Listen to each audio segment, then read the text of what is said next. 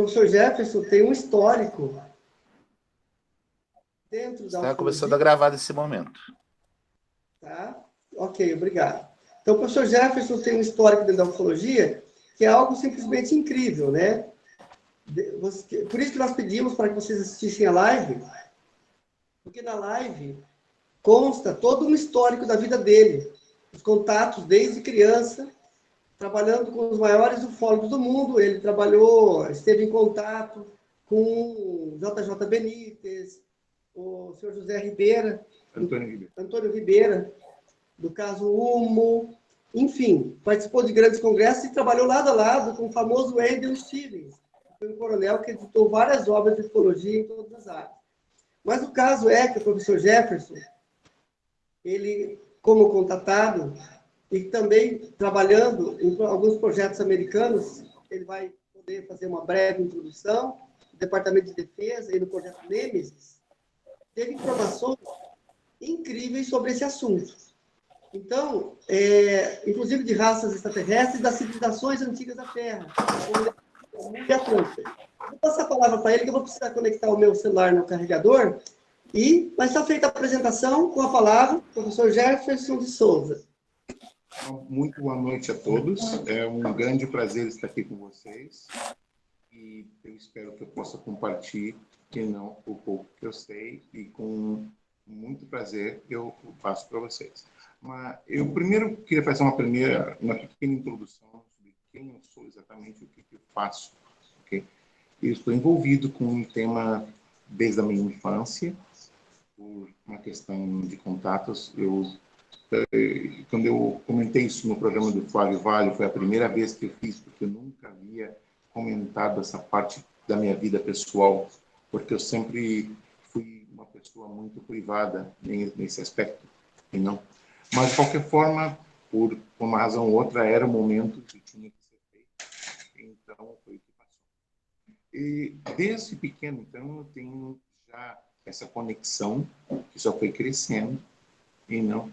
Eu tive a oportunidade de ter um guia espiritual, posso dizer assim. Eu sei que é estranho o termo guia espiritual quando estou falando de extraterrestres, porque vai dizer, pera um pouquinho, que tem que ver uma coisa com outra. Eu explico para vocês.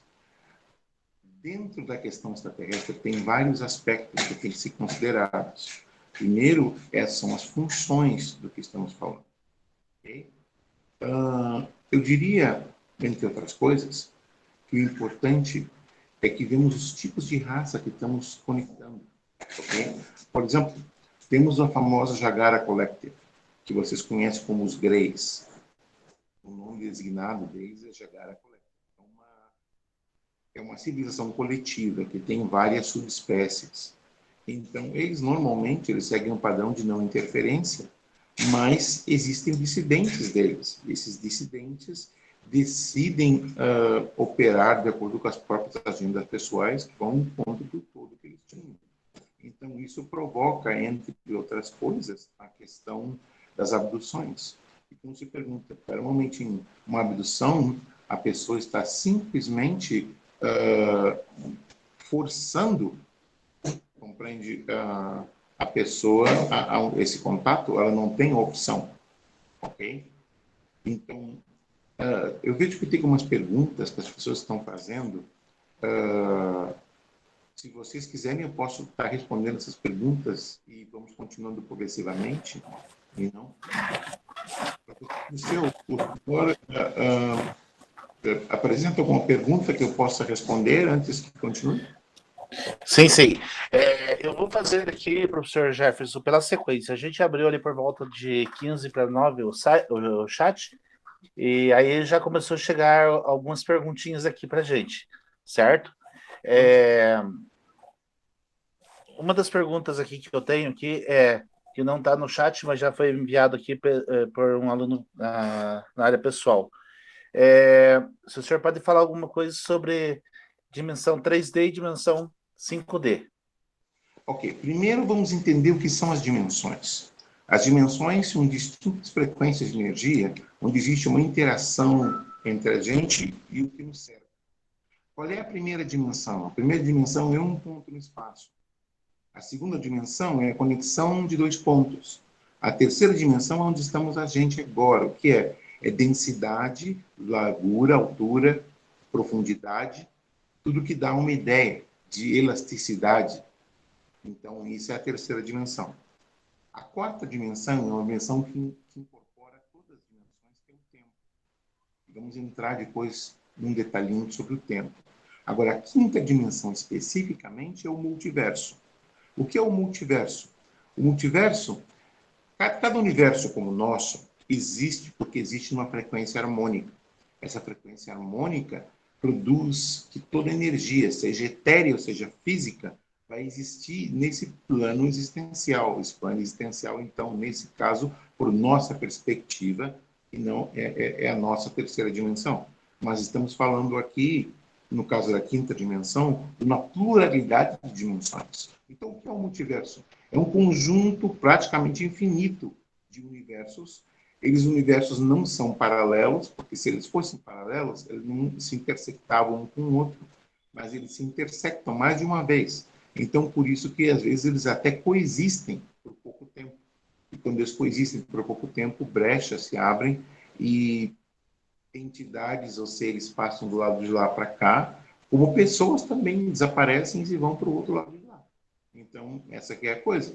Então, respondendo à pergunta específica, o que é a terceira dimensão? A terceira dimensão é o nosso aspecto, tá? A nossa perspectiva de realidade, baseada em densidade, altura e profundidade.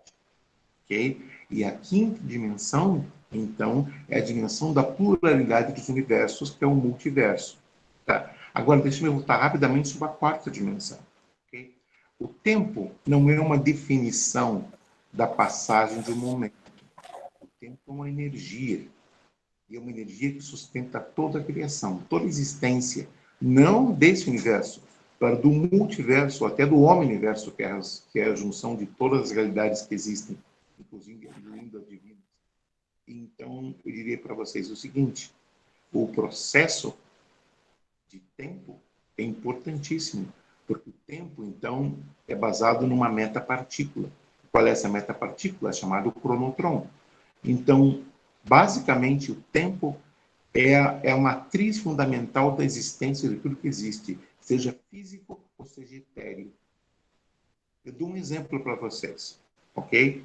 A partícula de Deus, a conhecida Higgs boson, ok? Que dizem que é a partícula fundamental de tudo. Até mesmo essa partícula é feita de algo. E o que faz a partícula? O que faz a partícula é a metapartícula de cronotron. E uma pessoa perguntaria, ok, então o que faz do que é feito o cronotron? O cronotron é feito de si mesmo. O cronotron é feito de cronotron. Não existe não existe uma junção de alguma coisa que construa. Então, vimos a terceira dimensão, a quarta dimensão e a quinta dimensão. E nota uma coisa, eu não estou me aprofundando. Explico por que não estou me aprofundando. Eu podia me aprofundar, eu podia entrar em detalhes, mas vai ser um consumo de tempo enorme. E não temos oportunidade de tempo por causa da quantidade de perguntas que temos. Então, essa é uma das razões que eu estou abreviando, eu estou simplificando o que eu estou dizendo. Tremendamente simplificando. Certo. Porque isso é um assunto muito complexo, e se eu vou falar com a importância cada, vamos ficar horas e horas falando sobre o tempo e não vamos terminar tudo por hoje. Vamos para a próxima pergunta.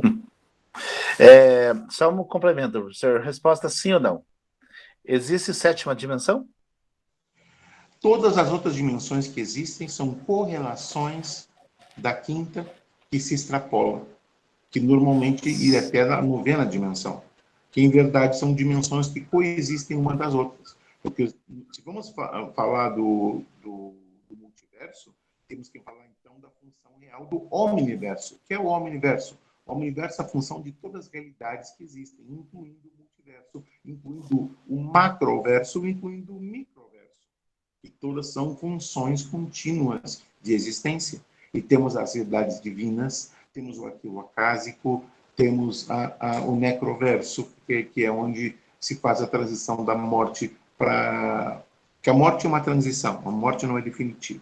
O que faz na morte simplesmente é uma renovação, até que o vitaverso transforma as pessoas de volta por reencarnação.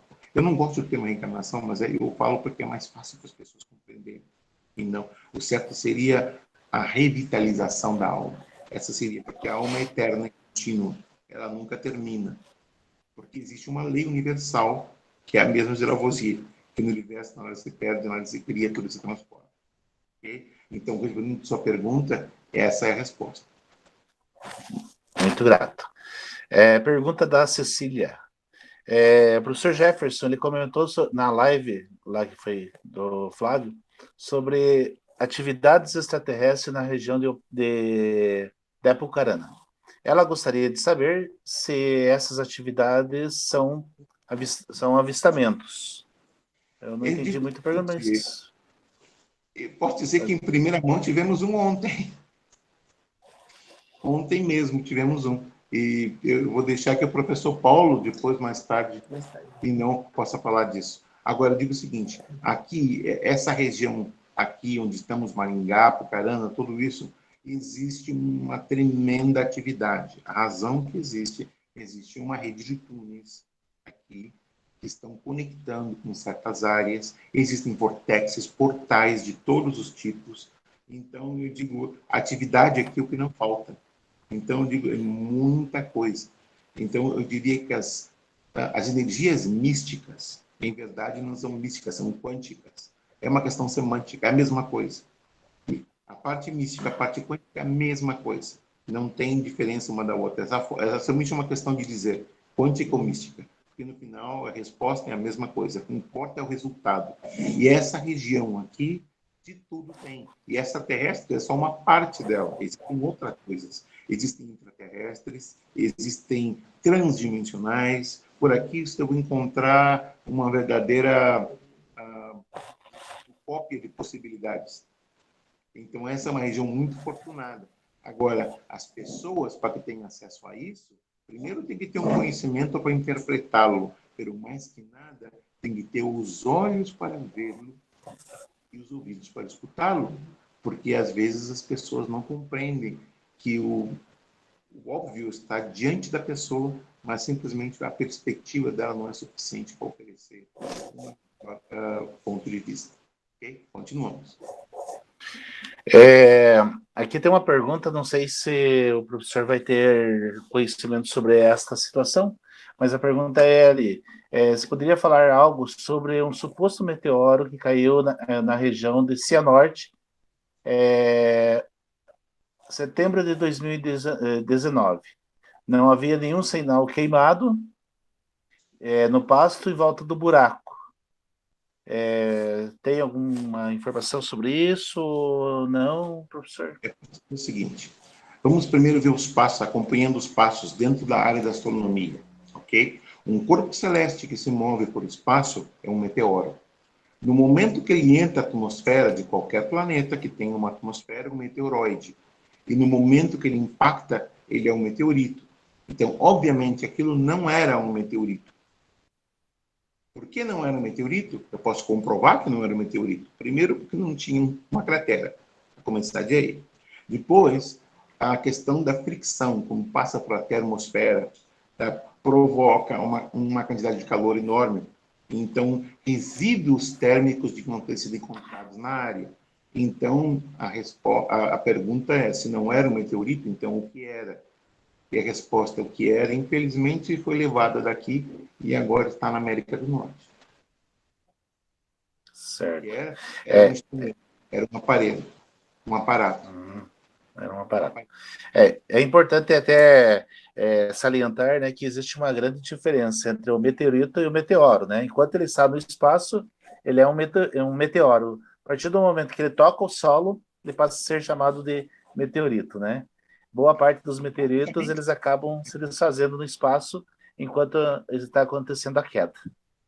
Basicamente, o que passa é o seguinte, quando está como corpo celeste, ele está se movendo por duas coisas. Ele está se movendo por energia cinética basada na atração gravitacional das estrelas. Então, ele está seguindo um fluxo estelar. Depois tem a questão do vento solar. O que é o vento solar? Não é um vento, como vocês estão imaginando. O vento solar, o que são descargas eletromagnéticas e eletrogravíticas que o Sol produz. Então, não é um vento, não é um vento atmosférico. Estamos falando do vento gravitacional, ok? Porque existe uma questão climática no espaço. Para a questão climática do espaço não tem nada a ver com a questão climática de um planeta, porque um planeta tem uma atmosfera. Isso não tem nada a ver com o espaço. O espaço não tem uma atmosfera, então aí as funções são distintas, ok? Então, quando ele está no espaço, ele é um meteoro. No momento que ele passa a magnetosfera, que é o campo de energia que protege a Terra dos campos solares, tá? Ele começa a frear. Então, ele vai freando. Por quê? Porque a magnetosfera vai começando a aumentar a fricção dele. Logo depois, ele chega no cinturão de Van Allen. O cinturão de Van Allen, tá? É outra camada energética produzida pelos polos, cria como um campo energético ao redor da Terra. Logo depois, ele entra na termosfera, que é outro campo de defesa que temos nós outros, para finalmente chegar na camada de ozono e entrar em fricção, e entra em combustão. Então, quando ele entra na atmosfera, ele é um meteoroide. E quando ele toca no solo, ele é um meteorito. Isso mesmo. É bem interessante. Existe bastante confusão, muitas vezes, dessas interpretações de nomes. Professor. Por isso que eu tenho que saber esses detalhes. Isso. Ainda nesse assunto de ação espacial, essas questões aí, não há uma pergunta, mas eu tenho essa dúvida, já vamos juntar o tema junto. Ano passado e ano retrasado, foram registrados em diversas partes do universo o som semelhante como se fosse trombetas. Alguns falaram que era a movimentação das placas tectônicas, outros falaram que era como se estivesse saindo ventos do solo.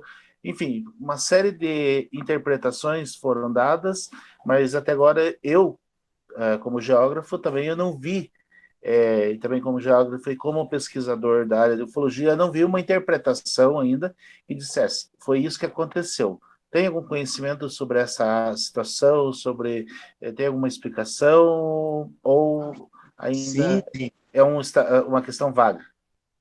Por a ponto de vista, tá, da geologia, a ideia de que isso seja resultado de placas tectônicas funcionando com a outra é absurdo. É um absurdo porque estamos falando de uma unidade sônica, tá? E não tem nada que ver as frequências, a direção, várias coisas não combinam. Então, justamente uma pessoa com conhecimento mínimo de geologia e não sabe que isso foi uma desculpa para o público. Não? Agora, digo uma coisa para vocês. O que passa é o seguinte: o som não é que seja uma trombeta, mas é semelhante a uma trombeta. Então, o que é? É uma frequência, porque existe uma dobra de espaço-tempo contínuo. Então, certos vortexes são únicos, porque eles não são simplesmente vortexes, são vortexes transdimensionais. Um vortex transdimensional produz uma frequência harmônica, e a frequência harmônica reverbera na quantidade de oxígeno e hidrogênio que temos na atmosfera, fazendo com que exista essa vibração. E o resultado dessa vibração é a aparência de um som que nos lembra uma trombeta. E não somente uma trombeta, existem outros sons um pouco diferentes, pero basados no mesmo princípio. Mas a verdade é essa, é uma dobra espaço-temporal que provoca um vortex. Não um vortex de um lugar para outro, por um vortex de uma dimensão a outra. Então, esse é o resultado das trombetas. Legal, boa explicação. Pergunta do Diego Rodrigues Ferreira. Como podemos saber se uma informação não é um simples resultado de uma imaginação? Primeira coisa, a imaginação, para que tu tem que ter um ponto de referência.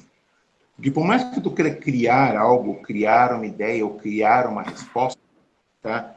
Tu não pode criar uma resposta do nada. Tu tem que ter algo que pelo menos te direcione e te baseie no que estás dizendo. Porque, como diz, eu posso aqui inventar 1001 respostas.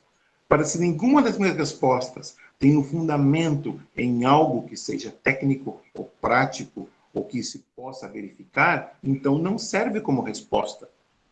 Quando eu dei, por exemplo, na pergunta anterior, em referência às trombetas, tá? Como que eu posso afirmar o que eu estou dizendo? Por uma razão muito simples. Vocês sabem que é o CERN, não? Está na Suíça. É aquele centro de estudos nucleares que tem aquele acelerador de partículas, o ciclotron. Então, por causa disso, que se sabe das frequências harmônicas.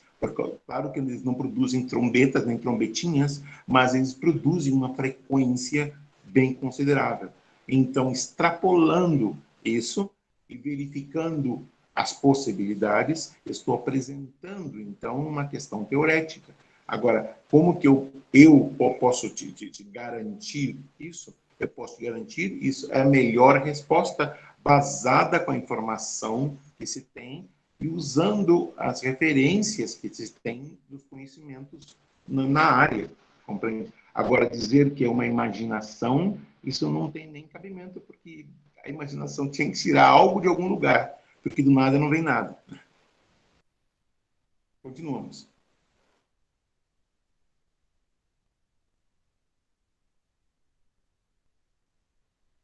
Eu não estou escutando. Não escuto nada. Alô? Não toquei em nada. Oi?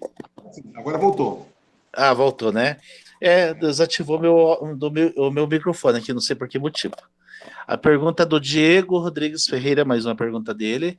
Ele pergunta assim: o que precisamos fazer para ter um contato alienígena?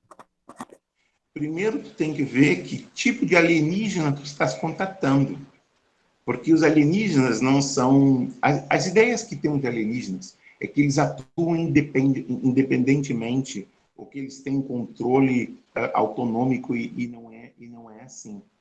Eu digo o seguinte, se fosse assim, isso aqui seria uma total bagunça. Tu imagina quantas civilizações estariam se chocando uma com as outras, cada uma com a sua agenda. Então, existem, basicamente, 4 setores que têm que ser vistos na questão alienígena. A primeira é chamado consórcio. O consórcio é um grupo das 5 civilizações mais poderosas desse quadrante. Então, quando eu digo desse quadrante, eu estou me referindo aqui à Via Láctea. Agora, vocês sabem que a Via Láctea faz parte de um grupo de 3 dezenas de galáxias, chamado Grupo Local, onde a maior galáxia é Andrômeda. Logo depois vem a nossa, que é Via Láctea, e vem a terceira, que é Triângulo, e as outras são menores. Então, mas o consórcio, ele representa o que se chama a federação de civilizações que são capazes de como diz, mover-se entre estrelas. Agora, não tenham a ideia de que todos os extraterrestres podem se mover entre estrelas, porque existem extraterrestres que todavia estão numa situação pré-industrial. Eles não têm o que a gente tem. Então, a ideia é sempre que temos que eles são superiores e nós todos somos inferiores. Agora, uma coisa que eu pergunto para vocês. Uma civilização super avançada, o que ela se interessaria se fôssemos inferiores como imaginamos que somos? Imagina os recursos que eles têm que usar e gastar para chegar aqui. Eles têm que ter veículos, eles têm que ter tripulação, treinamento, recursos. Então, e enfrentar os perigos das viagens interestelares. Então, se eles vêm aqui, eles vêm com um propósito. Eles não vêm aqui para passear, ou não vêm aqui simplesmente porque eles não têm mais nada para fazer, ou então vêm aqui brincar com nós outros. Não, eles têm um propósito, têm uma agenda. Então, esse primeiro grupo, o consórcio, o que ele fez? Ele entrou em contato com certos governos, potências, não uma nem duas, eu não posso entrar em detalhes, ok? Mas ao redor do mundo, e esse é o primeiro grupo. Então, eles creem numa coisa, eles creem num intercâmbio cultural, mas eles creem num plano de não interferência direta. Eles dizem que não se pode influenciar uma civilização, ou essa civilização ia perder o rumo que estava indo por si só. Eles têm que tomar as próprias decisões. A gente tem que tomar nossas próprias decisões. Eles não podem tomar as decisões para a gente. Então, eles respeitam o processo de livre-arbítrio. Então, esse é o consórcio. O segundo grupo são os chamados rebeldes. Os rebeldes não é que se rebelem contra alguma coisa. Chamam rebeldes porque eles não são parte da federação. Mas eles têm acordos com a federação, eles têm um comércio com a federação, não comércio de dinheiro. A ideia de dinheiro é nossa aqui. Eles não usam esse tipo eles estão muito mais avançados para isso. Então, para eles, a pessoa, contanto que seja um membro participante de uma sociedade, ele tem acesso a todas as necessidades que ele precisa ter. Se ele tem roupa, ele necessita de aparelhos, ele necessita de qualquer coisa, comida e tudo, ele vai ter porque ele está produzindo algo. Então, ele não tem que produzir manualmente ou verbalmente, mas ele produzir pensando. Simplesmente porque os filósofos são importantíssimos na função que têm. E os teólogos de uma série de outras coisas. Porque tem uma coisa chamada exoteologia, que não vamos falar disso agora porque é muito complexo e toma muito tempo. Então, essa é a segunda civilização. Eles aceitam a jurisdição da federação e eles têm isso. Agora, tem um terceiro grupo chamado rogues, que a tradução para português seria algo assim como caóticos. Então, o que eles são? Eles são dissidentes. Eles são dissidentes da federação, eles são dissidentes dos rebeldes. Então, é um grupo formado de jagaras, que vocês conhecem como greys. Eles têm reptoides, reptilianos, eles têm metamamíferos, eles têm vários elementos distintos. Então, esse terceiro grupo é o grupo responsável pelas abduções, porque eles não são nem bons nem maus, porque não existe o conceito de bom ou mal com esses seres. Eles têm uma ética diferente. A ética deles é a lógica. Então, mas eles causam as abduções, ao passo que tanto os rebeldes como a federação, eles estão de parte dos contatos. Então, os contatados são pela federação por os rebeldes e os abduzidos seriam, então, por os caóticos. E tem um quarto e último grupo, que é um mistério para todos. São os chamados gigantes de Andrômeda. Eles vêm em naves enormes, naves do tamanho de planetas, praticamente. E eles descobriram que o interesse deles na humanidade... Vamos entrar nesse ponto mais tarde, por que o interesse deles na humanidade. Eles não vêm aqui para passear, eles têm um interesse muito grande com a gente, não tem nada a ver com a parte física. Porque eles já conhecem o nosso genoma de dentro para fora, de fora para dentro. Quer dizer que a parte física não importa, é outra coisa que eles estão buscando. Já vamos entrar nisso depois. Okay? Então, esse grupo de gigantes, uma pessoa se pergunta, espera um pouquinho, se eu tenho uma nave do tamanho de um planeta, se eu me movo num sistema estelar, eu vou criar uma confusão de campos gravimétricos e os planetas vão estar chocando uns com os outros e as luas vão estar se movendo numa loucura. Agora, a questão é essa. Se eu tenho a tecnologia de me mover não entre estrelas, entre galáxias, e posso criar uma nave do tamanho de um planeta, eu não teria também tecnologia para evitar um campo gravimétrico e isolar minha nave do resto do sistema estelar, não causando nenhum dano ao sistema estelar, ou até mesmo causando total... as naves podiam nem aparecer em nenhum lugar. Elas estariam invisíveis. Se eles podem fazer isso. Agora, fotografias foram tiradas de naves gigantes se aproximando do Sol. Por que eles se aproximam do Sol? Porque eles recarregam a energia com o plasma solar. É o que eles fazem. Várias fotografias astronômicas, e não fotografias de pessoas comuns, digo, da NASA e de outros centros espaciais, tanto da Europa, como de Índia, como de China, como de Rússia. Todos eles fotografaram essas gigantes se aproximando do Sol e somando plasma cerca deles. Então, esses são os 4 grupos. Então, a pergunta dele é essa: o que ele tem que fazer para contatar com extraterrestres? Tá? No caso do consórcio, tá, que é a federação e dos rebeldes, ele primeiro tem que ter uma harmonia interior. Agora, a questão é essa: a purificação interior não é fácil, é muito complexa. É muito complexa. A pessoa tem que aceitar quem ela é como pessoa. E isso, em verdade, não fazemos.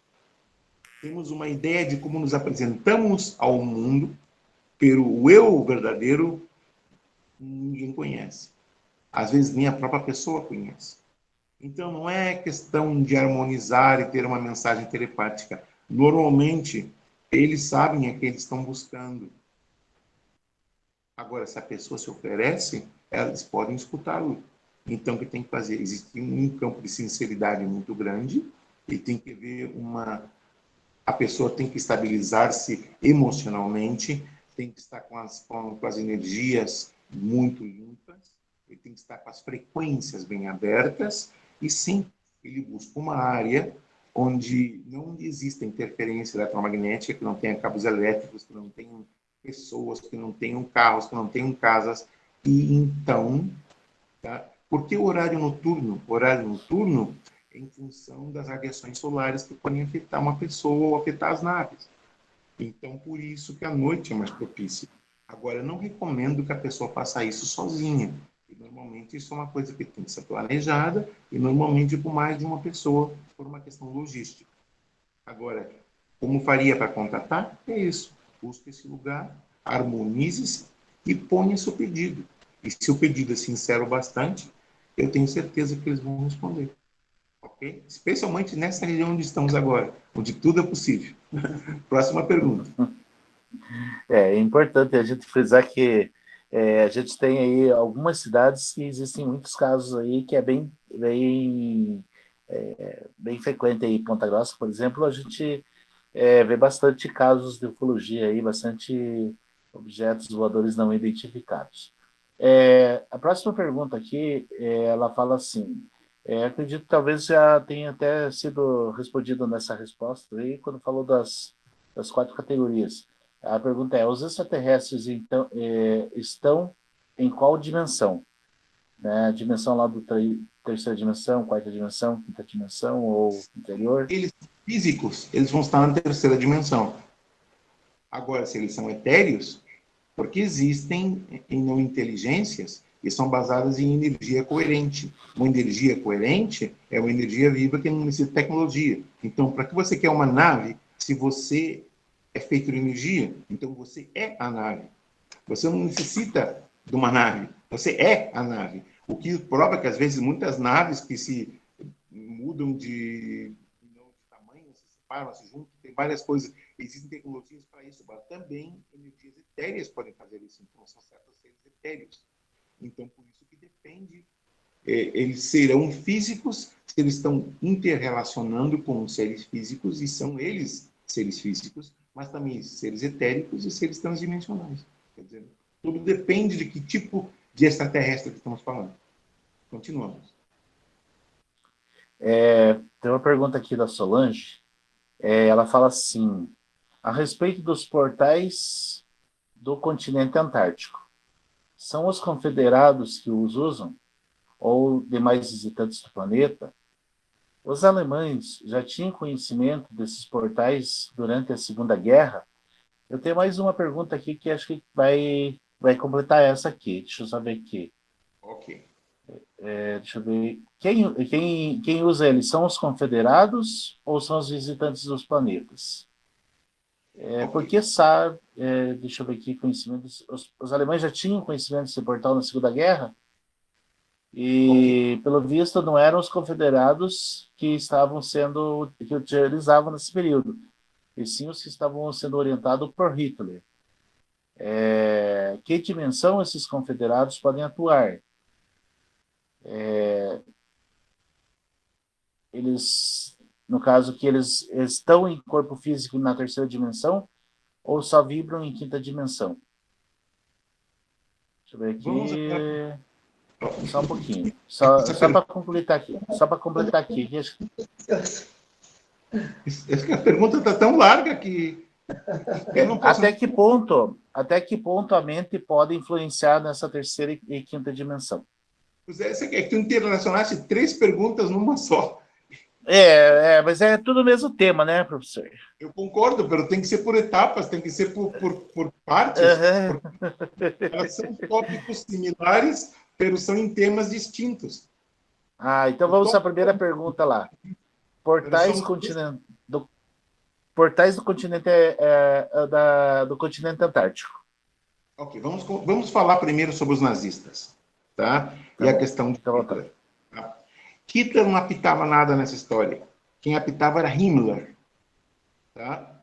Então, quem era Himmler? Himmler era o braço direito de Adolf Hitler. Tá? Ele era a pessoa, o líder da SS. Esse é a pessoa que, de verdade, comandava as coisas. Hitler era o fantoche que estava lá gritando e se espernando, se pavoneando todo, e todo mundo beijando os pés dele. Ele era uma marioneta. Ele, de verdade, estava ali marionetando. Ele era... Eu sei que não deve dizer assim, mas eu diria o seguinte, que é uma mediocridade ali tão grande como os quadros que ele pintava. Quer dizer que, de verdade, estão assim. Quem estava a cargo de tudo isso, tá, era Heinrich Himmler. Heinrich Himmler, o braço direito dele, e era praticamente que comandava a SS. Tá? Antes que Hitler fora nomeado chanceler e mais tarde o Führer, porque que a história foi o seguinte, era um tempo que a Alemanha não se chamava Alemanha, chamava-se Weimar Republic, a República Weimar, porque eles haviam perdido a Primeira Guerra Mundial. Então eles perderam o nome de Alemanha, eles não tinham direito a usar Alemanha. Então eles chamaram de Weimar Republic. Então estavam as eleições para chanceler. Então o que passou foi o seguinte, o Partido Trabalhista começou a apoiar para vir organizações que estavam preparando a pessoa que seria a fachada de todo o movimento novo que seria o Terceiro Reich. O que era o Reich? Fazer o reino, o Terceiro Reino que eles iam fazer. Mas, nesse mesmo tempo, quem estava manipulando as coisas por baixo da mesa era Heinrich Himmler. Não se fala da queda de naves no sul de Alemanha, na região da Bavária. E aí, então, essas naves foram aquelas que produziram mais tarde as naves chamadas Raunebo. O que eram as naves Raunebo?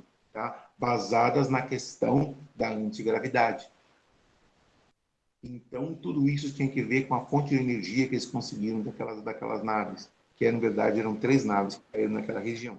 Então, sabia-se que 2 extraterrestres estavam vivos. Sim, eram físicos. Se estamos falando de naves, estamos falando de coisas físicas. As pessoas ficam confundindo, imaginando que uma nave é etérea, compreende? Existem naves etéreas, existem tecnologias etéreas, elas não funcionam da mesma forma. Uma tecnologia etérea, não tem nada a ver com aquilo. Até as leis da física que eles estão usando não são compatíveis com as nossas. Estão num campo que é totalmente mais... Eles vão mais além da física quântica. É tão mais complexa a tecnologia etérea. Então, estamos em tecnologia física. De uma vez que Himmler teve acesso a isso, o que ele fez, então? Ele começou um processo, tá, onde ele deconstruiu essas naves, tentou reproduzi-las com cientistas que ele tinha. Então, ele começou a produzir a questão dos Raunebos, que eram esses aparelhos. Tá? Himmler já sabia, historicamente, o que ia passar. Ele sabia que o chamado eixo, que era o grupo de Japão, Itália e Alemanha, tá? Jamais Axis é eixo, não? Axis. Eles jamais iam ganhar a Segunda Guerra Mundial. Ele sabia disso. Então, o que ele fez? A primeira coisa que ele fez foi o seguinte. Ele sabia que na Patagônia era o caminho para chegar na Antártica. E por que ele queria chegar na Antártica? A Antártica é um monte de gelo. Então, taticamente, o que tem para ele? Existia uma área da Antártica chamada Queensmouth Land. Então, descobriram que nessa região da Antártica existiam como esses canyons enormes de gelo. Agora, quando um baixava esse canyon, descobriram uma coisa super interessante. Descobriram que começava a ficar calor, começava a ficar quente. E daqui a pouco não tinha mais gelo. Tinha grama, tinha árvores, tinha arbustos, tinha tudo. E como pode ser se estão falando da Antártica, no meio do gelo? Por fontes termais. Havia energia vulcânica. Estava produzindo um ecossistema controlado que ficava mantido, tá, dentro desse cânion.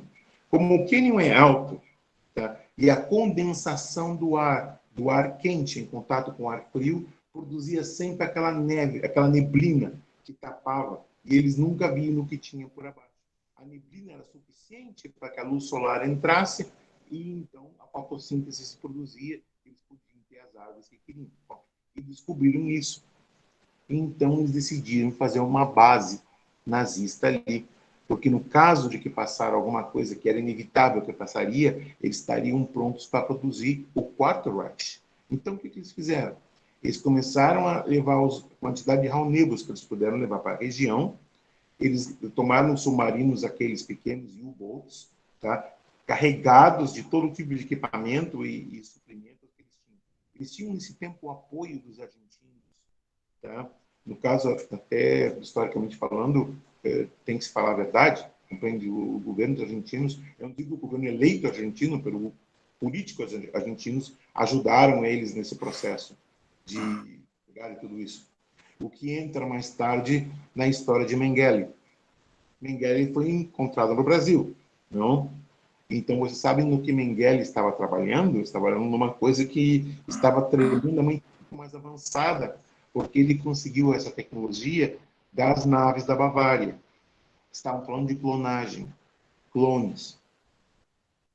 Então, uma das ideias de Himmler era a clonação de Hitler, Eva Braun, tá? E pessoas, chave. E essas pessoas, então, que passariam com elas, tá? Elas seriam deixadas para ocupar o lugar dos verdadeiros, enquanto os verdadeiros, os originais, tomariam os submarinos, esses US, e chegariam na Argentina. Da Argentina, eles iam para a Patagônia, e da Patagônia podiam passar diretamente à Antártica, e tinham essa base. Acontece o seguinte, Hitler, supostamente... Olha, eu estou dizendo supostamente o seguinte, eu li isso não uma história que contaram, nem li nenhum livro. Agora, vamos dizer, bom, que prova você tem? Eu digo, se eu tivesse uma prova desse tipo, imagine o tipo de confronto internacional que nós íamos ter. Imagina nações iam se responder uma com a outra, e eu seria a pessoa responsável de tudo isso, minha cabecinha já passei por tanta coisa no passado e não quero voltar a passar por isso. Então, não venham pedir provas. Quer dizer, tomem como vocês quiserem. Que é ficção, tomem como ficção, mas não importa. Eu estou dizendo os relatórios conforme eu vi. Então, o que passou é o seguinte, Hitler, em verdade, ele morreu na América do Sul, em Argentina. Tá? Ao passo que essa base nazista ficou ali na Antártica. Existe uma confrontação, tá? Mais tarde, depois, no final da Segunda Guerra Mundial, onde um grupo conjunto de americanos e britânicos, e até alguns canadenses, tá? Levaram uma frota de navios e aviões para atacar a Antártica. Essa chamou Operação High Jump. A Operação High Jump era justamente para isso, para destruir aquele ninho nazista na Antártica. E houve uma confrontação muito grande das naves Raunebo contra os aviões. Pero, nesse momento, os americanos já estavam usando os protótipos dos primeiros Tomcats, os jets que eles tinham, que foram os jets que cambiaram a guerra, porque as únicas coisas que podiam contrarrestar os Raunebos eram esses jets, pela velocidade e formato de manobra e tudo isso. E a possibilidade de disparar os mísseis, que eram primitivos, compreende? Mas não importa. Eles punham eles taticamente muito mais avançados que qualquer coisa. Então, houve esse confronto na Antártica. Se vocês buscam essa informação, High Jump, H-I-G-H-J-U-M-P, High Jump, e vocês vão encontrar menções históricas, porque isso foi uma batalha onde uma frota norte-americana, uma frota britânica, com auxílio de alguns canadenses, enfrentaram os nazistas no espaço aéreo de Queensland, na Antártica. Foi uma coisa incrível. Então, digo o seguinte, esses foram os detalhes. Agora, por que Himmler decidiu a Antártica? Primeiro, porque, taticamente, era o lugar que ele menos esperava ser encontrado. E se ele foi encontrado, foi porque ele foi traicionado. Alguém traiu ele. porque não tinha forma que eles descobrissem as coordenadas dessas bases. Quer dizer, que alguém deve ter falado. E se traidores ali, as quantidades havia. Não. Mas havia outras coisas na Antártica que não se comentam. Por exemplo, se fala de civilizações que tinham portais de saída na Antártica. Outra coisa, qual é o ponto do eixo exato do centro da Antártica, onde está a força mais grande do polo? Ali não tem nada, aquele é um ponto de entrada e saída, são vortexes que se abrem e se fecham constantemente. Então, a Antártica tem tantas coisas, e eu pergunto para vocês, quantas bases tem ela? Agora, por que essas bases estão todas ao redor da Antártica? Nenhuma base está dentro da Antártica. Todas estão aonde? Nas margens da Antártica, incluindo o Brasil. O Brasil também tem representação na Antártica. Os americanos nem falar. A base Monroe é famosa lá porque é para uma base praticamente nuclear. Eles têm bombas atômicas. Agora, para que tu vai levar bombas atômicas para a Antártica? Se não tem nada ali que te interesse, é porque eles sabem que alguma coisa podem ter. Então, eu digo o seguinte, a Antártica tem muita coisa em tudo isso. Agora, a questão dos nazistas, notem uma coisa, eu estou sendo bem vago. Eu mencionei o clone de Mengele, mencionei essas coisas, e estou botando um monte de buraquinhos que eu não estou tapando. Agora, por que eu não estou tapando esses buraquinhos? É o seguinte, porque se eu começo a entrar em muitos detalhes, eu vou buscar mais problemas para a minha vida. Porque é muito fácil eu vir aqui e falar as coisas como são. Agora, tudo tem seu preço. E eu penso que já paguei bastante para o meu. E pedir que eu pague de novo não é justo. E não, especialmente depois de tudo que eu passei. Então, eu não quero omitir a verdade de ninguém e eu não quero estar numa posição de dizer que eu estou omitindo deliberadamente certas coisas. Mas simplesmente uma questão de autopreservação, mais que nada. Okay? Então, vimos os portais dos nazistas. Que mais que ficou pendente da Antártica ou já você falou tudo? Ou tem alguma coisa pendente? A respeito dos portais do continente antártico. São os confederados que usam ou os demais visitantes da Terra, do planeta? Tá. Eu digo o seguinte, como esses portais são naturais e são provocados pela ação gravitacional basada no sistema eletrogravítico do polo, eles não têm uma jurisdição de área de ninguém. Então, aquilo ali é terra de quem entra. Quem entra e passa por aí. Então, pessoas, entre comilhas, autorizadas e pessoas não autorizadas vão passar por aí.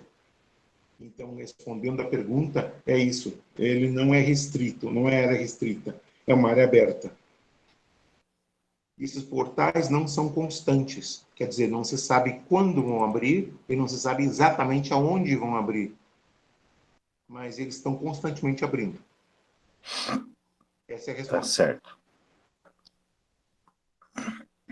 Alguém fez uma pergunta aqui, Rodrigues, Couto Rodrigues. Boa noite, professor. Boa noite, professor Jefferson, Dirceu e Paulo. Gostaria de saber o que o professor Jefferson tem a dizer sobre transhumanismo. Ok, o transhumanismo, de acordo com algumas pessoas, seria uma evolução onde o homem e a máquina se tornam um. Então, basicamente, a ideia do transhumanismo, ou seja, é a ascendência não genética nem psíquica, por uma ascendência positrônica, onde elementos eletromecânicos seriam juntos ao nosso sistema celular. Então, o que é o transhumanismo? É a junção de homem e máquina, onde o homem se forma a máquina. Então, eu digo para vocês, isso já existe, mas não aqui na Terra. Existem civilizações chamadas tecno-orgânicas. Uma civilização tecno-orgânica exatamente conseguiu o transhumanismo. Agora, o que eles descobriram com o transhumanismo? Infelizmente, eles se desconectaram de si mesmos. Eles se tornaram seres vazios, eles se tornaram seres que usam lógica e sem nenhuma ética. Tudo para eles é razão e lógica. Então, o que passa com um ser assim? Um ser assim, ele não está vivendo. Ele está simplesmente seguindo um programa natural. Um programa que ninguém escreveu, que ele mesmo escreve, era um programa que está restringido a ele mesmo. Então, o que é o transhumanismo? Transhumanismo é quando máquina e pessoa se tornam um. Próxima pergunta, por favor. Pergunta seguinte aqui, ele fala a respeito do livro das raças aliens dos russos. A pessoa está perguntando isso, o senhor pode comentar alguma coisa sobre esse livro? Ok, pode repetir, por favor, que eu não entendi muito bem, porque deu como um ruído. Nós tá tendo uns pequenos cortes de conexão, né? Acho que é por causa do mau tempo aí na região, né? A pessoa pergunta o seguinte: sobre o livro das raças aliens dos russos. Dos quê? Dos Dos russos. russos, isso. Ó, Pergunta se pode comentar alguma coisa sobre esse livro. tá. Eu digo o seguinte, o livro per se está limitado. Por que está limitado? Porque ele é limitando somente a certas raças e não a forma genérica que ele tem que ver. Por exemplo, as formas mais comuns são as formas humanoides. Tá? As formas humanoides são 2 braços, 2 pernas, uma cabeça. Agora, as subdivisões dentro disso, você vai encontrar reptilianos e reptoides. Qual a diferença do reptoide e de um reptiliano? Um reptiliano tem sangue frio, um reptoide tem sangue quente. Um metamamífero é um mamífero que tem características reptilianas. É um mamífero. Então, chama-se um metamamífero. Vai encontrar um insectoide. O que é um insectoide? Um insectoide não é um inseto. Um insectoide, tá, é um ser humanoide com características polimórficas. Vai encontrar, por exemplo, seres como o Jagara collector, tá? Que são seres polimórficos, ou seja, são seres compostos de várias outras coisas. Eles têm uma parte de fungo, eles têm uma parte mamífera e têm uma parte reptiliana, tudo junto na mesma questão. Vai dizer, pera um momentinho, geneticamente isso não é possível, porque eles estão falando de material genético não compatível. Então, pergunto para vocês, e a natureza humana? Por que vocês pensam que ele vem aqui? Vamos ver o ser humano agora um pouquinho. Tá? Temos nosso sistema genético, muito bem. Tá? Somos mamíferos, não somos mamíferos? Somos mamíferos. Pero não temos um cérebro reptiliano? Sim, temos um cérebro reptiliano. Tá? Não temos minerais dentro de nós outros? Temos todo tipo de cálcio, ferro, magnésio e iodo dentro da gente, que são minerais. Então, notem como nós somos uma junção de várias coisas. Agora, toma uma carcaça extraterrestre e faz uma análise e vai descobrir uma coisa, que um reptóide é um reptóide, que com um metamamífero, eles não têm essa junção toda que a gente tem. Somos únicos no que estamos fazendo. E a outra coisa é a capacidade humana da fala. Um vai dizer, mas a fala é primitiva, então é muito melhor a telepatia. E não. E eu digo para vocês, vocês entendem o que é o princípio da fala? Como funciona o ato de falar? Ok? Primeiro, neurologicamente, induzindo, tá, as inserções da informação que eu quero transmitir. Logo depois, eu tenho que passar para minhas cordas vocais, que tem que vibrar numa frequência específica. Eles têm que entrar na minha boca, numa câmara de reverberação, que é onde está meu palatal, que é a parte superior de dentro da minha boca. E tenho que usar minha língua para modular o som, para que esse som seja compreendido por outras pessoas. Na própria Bíblia se fala do verbo. O que é o verbo? O verbo nada mais é do que isso. Das harmônicas, da energia não sonora, para a energia da reverberação. A reverberação é a capacidade de união de mente, corpo e espírito. Quando eu faço isso e estou produzindo a fala, eu faço de uma forma tão genérica que nem penso por que eu estou fazendo. É uma coisa que eu faço desde pequeno. Todos fazemos desde pequeno. A não ser as pessoas que são mudas, mas é outra história. Mas, normalmente, isso nos põe numa capacidade quase divina. Porque esses seres não são capazes de reproduzir as frequências harmônicas que produzimos os humanos. Eles podem tentar reproduzir de outras formas. E outra, os humanos são capazes de telepatia, se quisessem. Porque nosso sistema neurológico, cada vez que pensamos, produz 1 Hz de frequência. Somos perfeitamente capazes, não somente de transmitir, como de receber. Então, basicamente, primeiro somos empatas. é um empata. Um empata é aquela pessoa que está sensibilizada por la outra. Ou seja, eu estou sentindo os sentimentos que você tem, eu estou recebendo para mim. Então, cria uma empatia entre eu e você. Acontece que essa empatia pode se tornar muito mais complexa. E quando se torna complexa, parte da sua mente começa a ter frequências que a minha mente é capaz de decodificar. E esse é o processo telepático. Como funciona. Legal. Então é isso, ok? Vamos adiantar a próxima pergunta. Certo. Deixa eu ver aqui. Tem uma pergunta aqui que fala sobre naves gigantes. Através da sonda SUHO.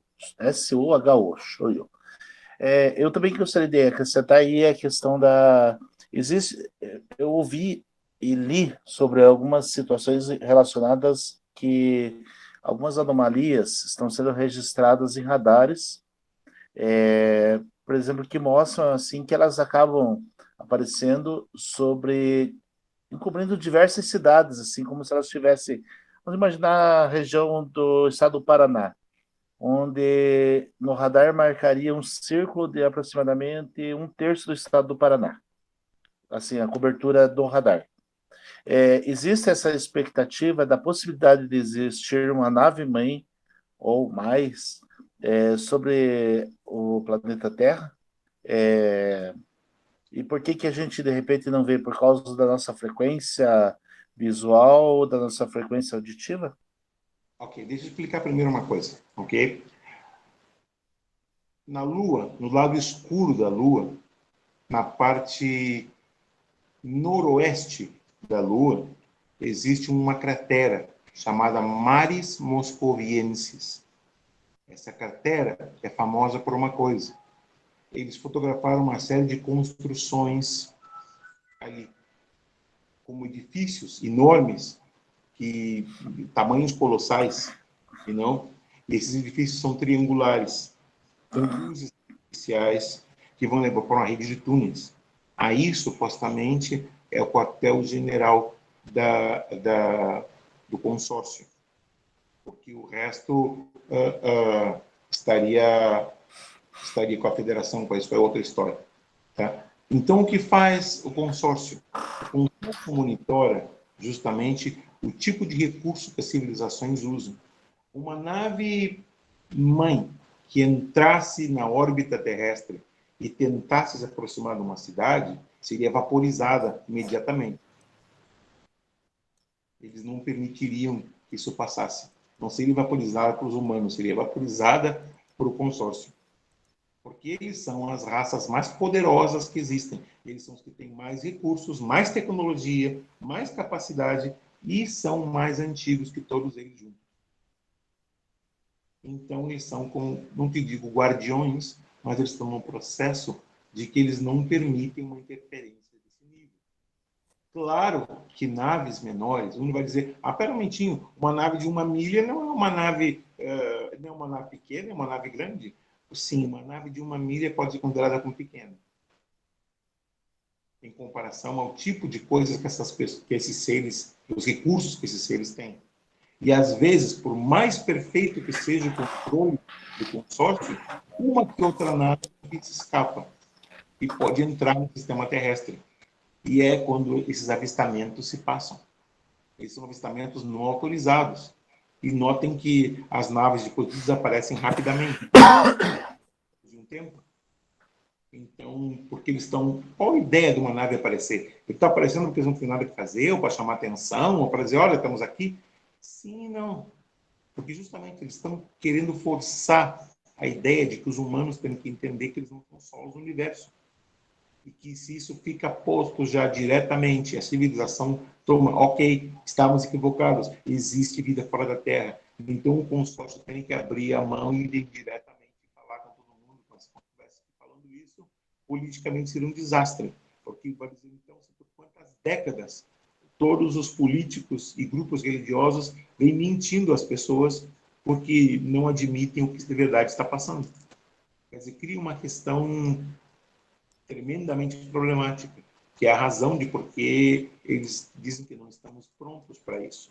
Então, não é que não estejamos prontos para isso, mas o caos que vai se causar das pessoas Imagine uma pessoa dessas que são fanáticas religiosas e, de repente, tu descobre que tudo aquilo que tu aprendeu na tua vida não é o que é. Então, duas coisas vão passar. Ou ela vai se rebelar contra o meio ambiente, vai se rebelar contra ela mesma e se matar, ou vai atacar as pessoas queridas dela, porque dizem que então não merece vir nesse mundo, porque esse mundo não serve. Então, várias coisas passariam. Pero, basicamente, é isso. Tá? Essas naves podem ser detectadas, e essas naves ocasionalmente entram. Então, elas não entram porque querem ou como seja, quando tem uma oportunidade para entrar, elas entram. Ok? Próxima pergunta. Uma pergunta que chegou aqui no WhatsApp, né? A pessoa está assistindo, mas não, por alguma razão não está conseguindo entrar aqui na sala. Os filmes de ficção científica que envolve as naves, que envolve todo um planejamento, onde tem naves, onde mostra o planeta, tipo Star Wars, por exemplo, assim, eles são uma espécie de preparo da humanidade para um futuro que pode acontecer logo aqui? Eu vou dar uma resposta para isso, ok? Vamos tomar o famoso filme de Steven Spielberg chamado Contatos, como diz isso em português? Contatos Imediatos do Terceiro Grau, ok? Isso. Que em inglês seria Close Encounters of the Third Kind, you know? Olhem quem estava nesse filme. O professor J. Allen Hynek, que trabalhava com o governo americano justamente na área de extraterrestres. Você vai encontrar uma alusão a Jacques Vallée, que é um estudioso francês sobre o tema de extraterrestres. Existe uma divisão dentro do Departamento de Defesa americano que eles vão negar vão negar de vida ou de morte, que eles vão dizer que isso não existe, para eu sei que existe. Chama-se La Verdade Aberta. O que é a verdade aberta? É o seguinte, tá? Tu toma essa verdade e transforma ela num segredo aberto. Como se faz? Eu falo um pouquinho de verdade e o resto eu ponho um monte de invenção. E no final se cria uma situação que, se tu vai denunciar algo, eles vão dizer, tu viu isso num filme. Então a pergunta que eu faço é essa. Existem companhias e produtoras em Hollywood que, em verdade, não existem. Elas são fachadas. Elas são fachadas para produzir uma série de filmes. Eu não estou falando de George Lucas, eu não estou falando de Steven Spielberg, por favor, não quero os advogados dele no meu pescoço. Compreende? Então, eu estou dizendo isso. E justamente eles estão financiando esses filmes. A ideia de financiamento desses filmes são duas coisas. Número um, eles estão protegendo o segredo que eles têm, falando um pouquinho da verdade. E o resto foi um monte de fantasia que não tem nada a ver. Então, para que fique bem escabrosa a coisa. Então, por exemplo, isso não pode ser. Então, quando uma pessoa tem acesso a essa verdade, a essa informação, e vai relatar a informação, ele vai dizer, você é louco, está falando, é o enredo de um filme. Agora, tem tantas coisas que são estranhas. Vejam, por exemplo, o Star Trek, que chama Jornada nas Estrelas. Tá? Tu vai encontrar Gene Roddenberry, que é o autor disso, nos anos 60. Ele está falando de uma federação de mundos, que é a Federação Galáctica que conhecemos hoje. Eles estavam usando comunicadores que são os teléfonos celulares de hoje. Eles estavam usando armas de raios que certos governos das nações já têm armas mais sofisticadas que essas, basado naquilo. Eles estavam falando de teletransportação, sabendo que hoje se pode teleportar. Há muito tempo atrás, não diria que há quase 10 anos atrás, no Instituto de Massachusetts de Tecnologia, eles teletransportaram um raio laser de um quarto para outro. Ou seja, um laser campo fotônico. Tu imagina tu transportar um campo fotônico em movimento e mudá-lo para um outro quarto. Isso era o que estamos falando aí no final dos anos 90, princípio dos 2000. Há Agora estamos em 2020, o que será que eles não estão fazendo? Compreende? Então, existem muitas dessas coisas. Então, respondendo a tua pergunta, eles não estão fazendo isso simplesmente para ajudar as companhias a venderem filmes, eles estão fazendo isso para proteger os segredos deles. E também eles sabem que esse segredo deles não vai durar para sempre, especialmente por causa do ano de 2021 e 2022. Então, o que eles estão preparando? Eles estão preparando as pessoas para que o choque não seja tão terrível, porque vai ser inevitável, o choque vai passar. Ou as pessoas aceitam ou não aceitam. Assim são as coisas. Pero essa é a preparação. Continuamos. Próxima pergunta. Legal. Bom, pelo adiantado da aula, aqui, da hora já, né? Já estamos com 1 hora e pouco de live aqui, né? Muito boas, bastante interessante assim as perguntas, as respostas. Eu tenho aqui mais 1, 2, 3, 4 perguntas para ser feita ainda, mas eu vou passar depois essas perguntas em particular para o professor. Aí o professor grava um áudio e a gente passa pro pessoal do grupo daí, tá bom? Sem Pode problemas. ser? Não Tá tem bom? problema. Então, eu digo o seguinte. Eu quero daí Basicamente, passar para as considerações finais, professor. eu estou à disposição como vocês queiram. Eu venho com o propósito de que toda a informação que eu tenho, que é compartilhada, ela não tem que ser simplesmente aceitada. Vocês facilmente podem corroborá-la. Como se corrobora uma informação? Se começa a investigar. Temos elementos para Bom, investigação. Eu dou um exemplo para vocês. 1942, tá? Em Califórnia, a cidade de Los Angeles teve uma enorme nave que se para em cima da cidade de Los Angeles. Quantas pessoas testemunharam esse evento? 2 milhões de pessoas. Isso foi logo depois do ataque de Pearl Harbor. Então, o que passou? Eles estavam com as costas americanas, todo o costa do Pacífico, estava preparadíssima para um ataque japonês. Então, imediatamente, eles não associaram com extraterrestres, pensaram que é uma arma secreta japonesa. Mas, de qualquer forma, começaram a disparar baterias antiaéreas com holofotes na nave. E não conseguiram tocar na nave porque havia um campo de energia. Pelo que foi que passou? Essa munição, quando tocava, explodia em contra do campo de energia, ela caía de volta na Terra. Então, o que passou? Pessoas morreram. Uma série de danos materiais de milhões de dólares se passaram. Pero o mais interessante foi que o jornal da época, tá? O Los Angeles Times, tá? Tem uma foto que é icônica. E essa foto ensina a nave banhada por 2 holofotes com um campo de energia e se vê as explosões ao redor dela. E depois ensina as crateras das bombas que caíram no chão depois de bater nessa nave. Então, eu digo o seguinte, eu falo uma coisa dessas pessoas, dizer, esse homem é louco. Então, eu digo para vocês, não, vão buscar em Google, vão buscar nos arquivos de Los Angeles Times, vão buscar exatamente o que eu estou dizendo, você vai encontrar. Isso passou. 2 milhões de pessoas viram. E como que se esqueceram? Quer dizer, é muito mais complexa a coisa. Agora vamos dar um salto de 10 anos. Estamos em 42. 52. O que passa em 1952?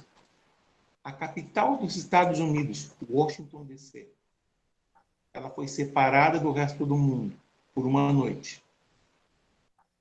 Isso, então, foi quando Washington foi separada do resto dos Estados Unidos. Os carros não funcionavam, nada funcionava, não havia comunicações, eles estavam presos. Então, o que foi que passou? Frotas de naves, dezenas de naves estavam para o céu de Washington. Tinha uma nave em cima da Casa Branca, tinha uma nave do Congresso, tinha uma nave em cima do Pentágono. Uma foto que também é icônica, onde está ensinando uma formação de formato delta passando por trás do Capitólio. Agora, sou eu que estou inventando isso? Não, vamos buscar nos arquivos do Washington Post e vamos ver o que tem em 1952 e vamos buscar, então, o que foi que passou ali. Existem fotografias e elas valem mais do que 1000 palavras. Quantas pessoas foram testemunhas disso? 1,5 milhão de pessoas. Na capital da nação mais poderosa na Terra. Então, digo o seguinte, senhores, quando eu estou aqui dando a informação para vocês, eu não estou inventando nada, eu não estou aqui tirando as coisas assim, mais descabeladas e pondo para fora simplesmente porque assim me sinto importante. Não, eu estou dando informação baseada em fatos. Então, eu convido vocês que investiguem o que eu estou dizendo, porque isso é importante. Eu estou agora no processo de quê? De compartilhar conhecimento. E isso que não estamos entrando no ensinamento esotérico ou gnóstico. Estamos só falando da parte técnica. Estamos falando só aqui da ciência. Porque tem aí o outro lado. Eu digo para vocês uma coisa que eu aprendi por experiência. A parte mística e a parte técnica caminham de lado a lado, mão dada com mão. Não existe nenhuma diferença. A física quântica e a magia estão lado a lado. Esses são os mistérios que cada vez estamos descobrindo as respostas deles, um por um. Agora, nesse processo, as respostas não vão vir de um professor. As respostas vão vir de todos, incluindo os alunos. Por quê? Porque todos estamos integrados nesse processo de aprendizagem. Ninguém sabe mais que ninguém. Eu tenho alguma informação que vocês não têm, mas eu tenho certeza que vocês têm muita informação que eu não tenho. E somente a união do que eu sei, do que vocês sabem, é que vamos chegar, então, a um conteúdo que vai ajudar a gente mutuamente, que é a ideia do que estamos produzindo aqui. A nossa ideia é uma ideia de quê? De união. É uma ideia onde cada um está favorecendo algo, onde existe a importância que a gente comparta as coisas. Temos que compartilhar, temos que fazer parte um do outro. É mais importante agora, mais que nunca, esse processo de integração. Eu lhes adianto que 2021 vai ser um ano de surpresas. E essas surpresas já estão acontecendo. A cada dia, praticamente, vai passar um evento novo ao redor do mundo, um evento que vai ser incrível. E 21 vai ser suplantado por 22, que vai ser uma coisa mais incrível todavia, mas estamos fazendo transformação. Esse é o momento que todos vocês buscaram toda a sua vida, que era muito a transição. Estamos chegando aí. Estamos bem perto, bem cerca daí. Quer dizer que então o que você tem que fazer simplesmente uma coisa. Simplesmente agora você tem que preparar-se para compreender essa transição. Tem que preparar-se para poder ver que sozinhos não podemos fazer nada. Temos que nos juntar. Juntos, nos dá força. É importante que vemos isso. Eu vou contar a história que eu aprendi quando eu estava visitando o Nepal. E eu dizia simplesmente, porque simplesmente o mestre não pode vir diretamente ao discípulo e ensinar tudo de uma vez para aquele discípulo, porque ele tem que ensinar vários discípulos. Se um só é claramente superior aos outros. O mestre dizia que ninguém era superior a ninguém. Ele explicou uma coisa. Ele tomou uma varinha e disse para o discípulo: por favor, me rompa essa varinha. Ele vai e rompe a varinha em duas partes. Então, o mestre disse: por favor, vai me dar as duas partes. E daí pôs as duas partes juntas e disse: ok, agora eu quero que tu tome essas partes um pouco juntas e quebre elas ao meio. Quer dizer que já eram 4, já não eram mais 2. Ele forçou, no final conseguiu quebrar. Aí ele tomou, já não eram 4, quer dizer que já eram 8. Tá? E chegou para ele assim: agora quebra essas. Ele não pôde, porque então está explicando que a união faz a força, a importância da união, a importância de que agora a gente, cada um tem conhecimento para compartilhar com o outro. Ninguém sabendo mais que ninguém, mas cada um tendo uma parte dessa verdade. Porque é uma verdade múltipla, é uma verdade que vai continuar sempre mudando. Por que ela vai estar mudando? Porque a verdade nunca é definitiva. A verdade é um constante estado de transformação, porque depende da perspectiva de quem está vendo e da situação que está se formando. De tudo isso, então, é o que passa. Okay? Para concluir a apresentação de hoje. Primeiro, quero agradecer a presença de todos vocês. Quero me desculpar se eu fui vago em algumas respostas ou não fui técnico bastante para elas. Por isso, estou fazendo isso para a sua própria preservação e também para mim. Porque eu podia simplesmente tomar certos tópicos e avançar profundamente neles. Mas as coisas não são tão fáceis, ok? Foi um prazer estar com vocês, uma honra e muito obrigado. Namastê. Professor Paulo. Sim. Olá. Então, agradecemos a audiência de todos vocês. São temas, assim, que para isso a Escola de Mistérios foi criada, para poder estudar justamente esses temas, e o universo é perfeito, né? Aqui estamos nós, como uma das pessoas que ele fala, não aquilo que ele leu, mas o que ele vivenciou. Então, quem assistiu a live de ontem pode conhecer a história dele e, inclusive, o sofrimento que ele passou para obter esses conhecimentos. Ou seja, a própria carne já foi torturada. Assim, então, tem muita coisa que não se dá para falar assim numa live, assim, gravada, ok? Até por isso, nós estamos fazendo algumas oficinas, e serão das pessoas seletas, assim, da nossa confiança para participar. Uma delas é o Maringá. Mas quem sabe possamos estar promovendo em outras cidades. Nós agradecemos o pessoal. E, professor Guilherme, dizer que realmente ontem nós tivemos uma experiência psicológica de Maringá para cá. Fomos acompanhados e monitorados por Manado. Uma experiência que envolveu lá de tempo. Nós documentamos tudo aí e podemos estar depois passando para o professor Dirceu até comentar na sua aula sobre ufologia, né? Então, o contato imediato, inclusive, envolveu terceiro, quarto grau, né? E é isso, pessoal. Então, podemos encerrar se acho que o Jefferson se despediu. Se o professor Dirceu quiser fazer algum comentário, eu já vou me despedir também. Ok, Paulo. Professor Paulo, professor Jefferson, quero agradecer aí vocês aí por essa maravilhosa entrevista aí, né? Foi muito bom, foi bastante proveitoso, bastante esclarecedor. Gratidão pelo seu tempo aí em estar participando desse bate-papo, né? Não foi possível a gente responder todas as perguntas que foram solicitadas aqui, mas pelo adiantado da hora, né? Depois a gente vai tentar ver como é que a gente faz aí para as demais perguntas, a gente passa aí para o professor e depois a gente passa no grupo, né? Então, lembrando aí, os que se interessarem aí, tem esse interesse em participar da Escola de Mistérios, né?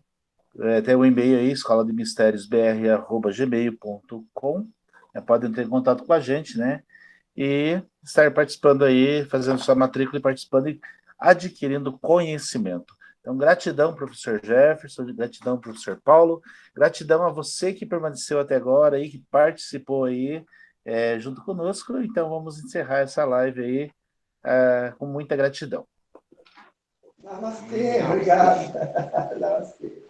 Tchau, tchau. Namastê.